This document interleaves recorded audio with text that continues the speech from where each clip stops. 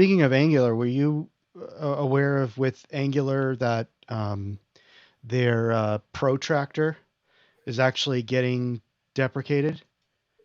Not Oh yeah, getting deprecated, it is deprecated, right?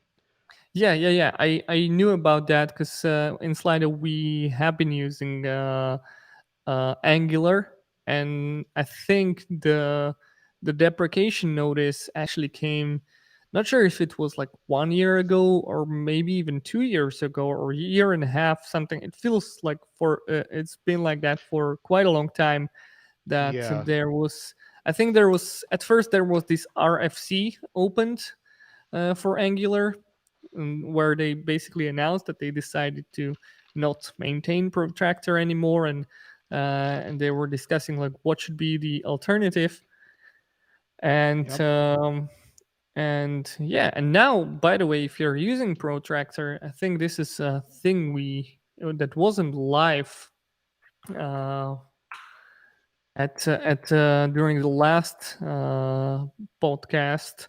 Is this migrator? So if you go to Oh, yeah. migrator.cypress.io, you can actually migrate your test from Protractor to Cypress. So you I can just love this.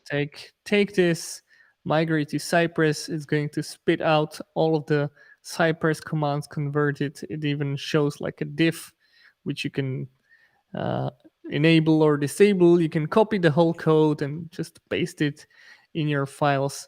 It's really nice. Although it's a tool that will probably not do like the it's not like you just insert all your protractor code and be done with it. Right. It's I think it's more of a demonstration of how what's the difference, because obviously you might jump into some things you use in Protractor that in Cypress could be considered anti-patterns, where Yeah. you would go something like, all right, let's declare a constant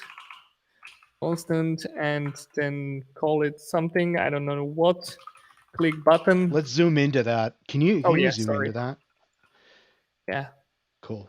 And click button, and that would equal to, I don't know, I don't use Protractor, so I would assume it's going to be something like browser